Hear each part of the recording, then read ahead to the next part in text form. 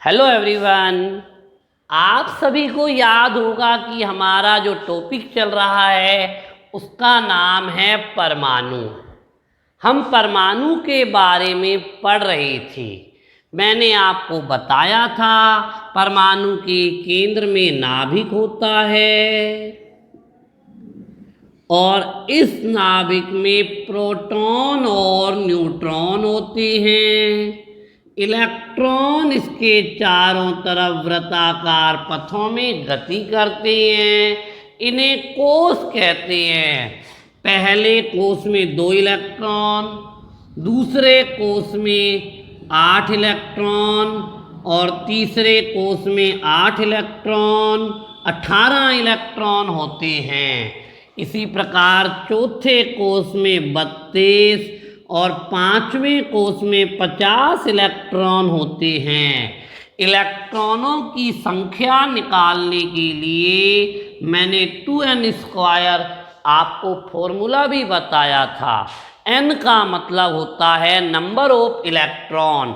जैसे हमारे पास यहाँ पर n का मान 3 रख दें, 3 का स्क्वायर 9, 3 का स्क्वायर 9, 9 दूनी 18, 4 रख दें, 4 चौक 16, 16 दूनी 32। केंद्र में नाभिक होता है, नाभिक में इलेक्ट्रॉन होते हैं।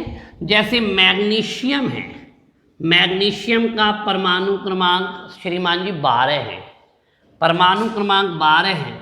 पहले कोश में 2 इलेक्ट्रॉन, दूसरे कोश में 8 इलेक्ट्रॉन, 2 और 8 10 और 2 12, 2 और 8 10 और 2 12 हो गया ना मैग्नीशियम फाइनल। दिक्कत आई थी आपको याद हो तो पोटेशियम में। परमाणु क्रमांक 19 था। पहले कोश में 2 इलेक्ट्रॉन, दूसरे में 8, कितने हो गए 10, कितने बच गए 9 और तीसरे में तो 18 आ सकती है ना, तो 9 बड़े आराम से आने चाहिए थे, परंतु पोटेशियम का विन्यास यह नहीं होता। पोटेशियम का विन्यास 2 8 8 1 होता है।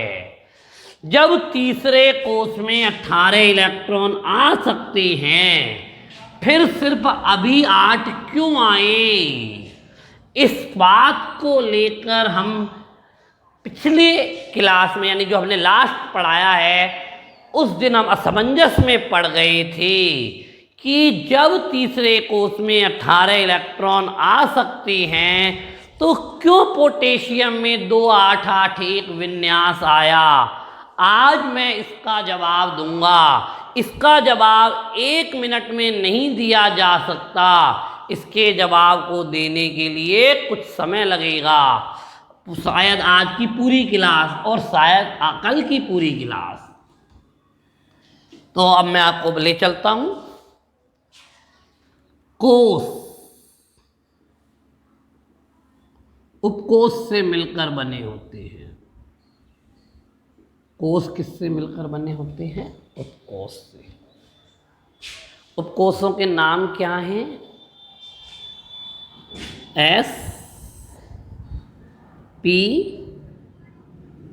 D F। उपकोशों के नाम क्या हैं? S P D और F।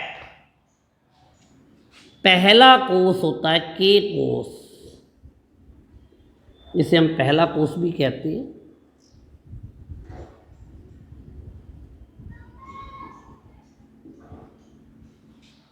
इसमें सिर्फ S कोश होता है।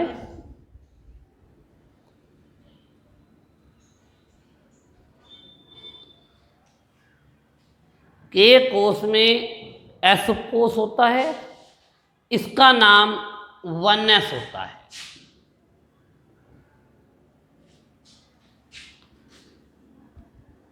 L कोश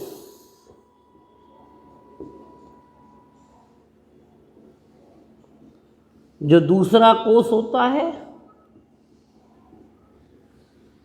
इसमें S कोश भी होता है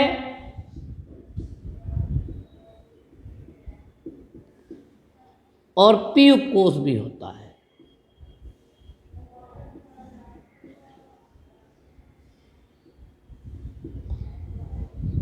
टू एस भी होता है अर्थात टू पी भी होता है। एम कोष, तीसरा कोष,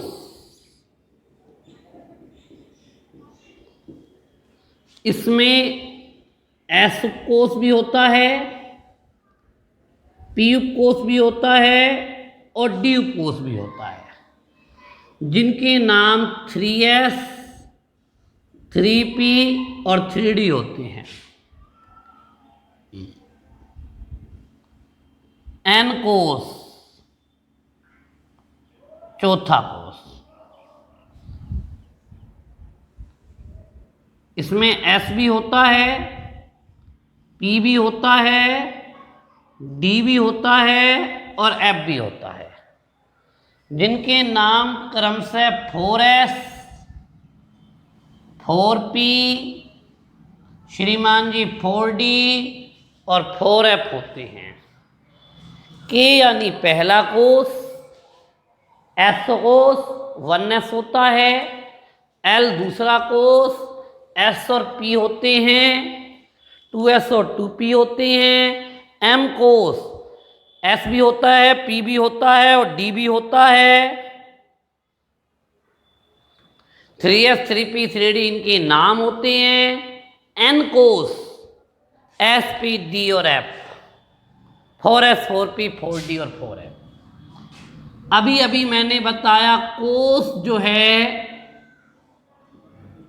वो उपकोष से मिलकर बना होता है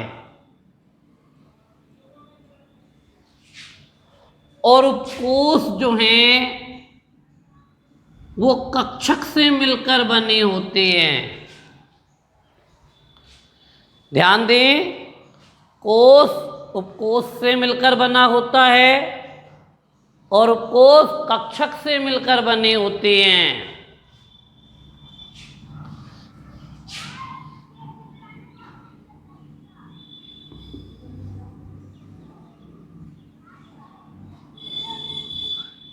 यहां मैंने लिख दिया उपकोष,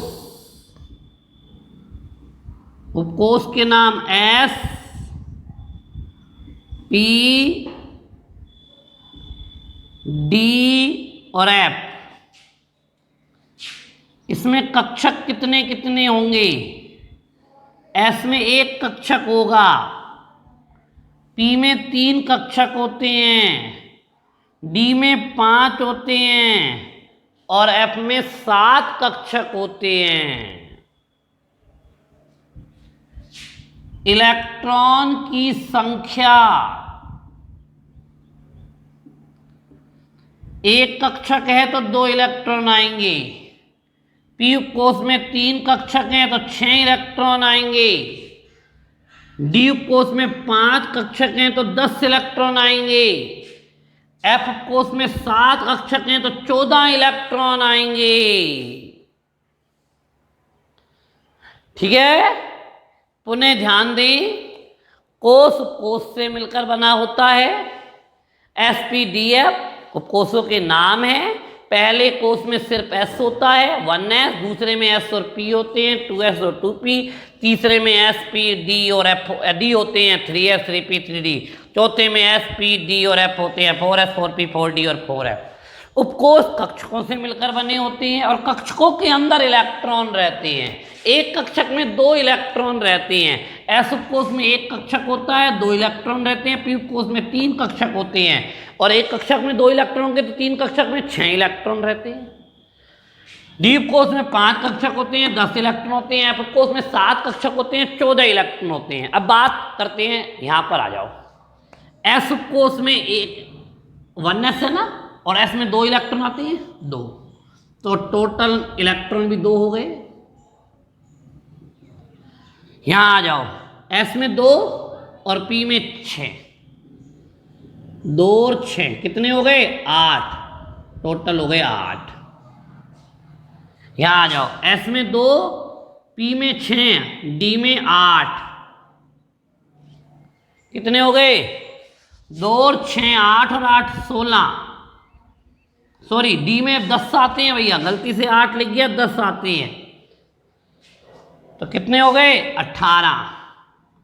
2, पी में 6, डी में 10, एफ में 14, कितने हो गए? 32। बिल्कुल साफ सुथरी सी बात आपके समझ में आने वाली है। पहले कोर्स में सिर्फ 2 इलेक्ट्रॉन आते हैं, दूसरे में 8 आते हैं, तीसरे में 18 आते हैं, चौथे में 32। उनका अंदर का वर्गीकरण आपके समझ में आ गया होगा। इसी बात को ध्यान में रखकर हम आगे की बात पढ़ाएंगे, लेकिन यह बहुत ज़रूरी है।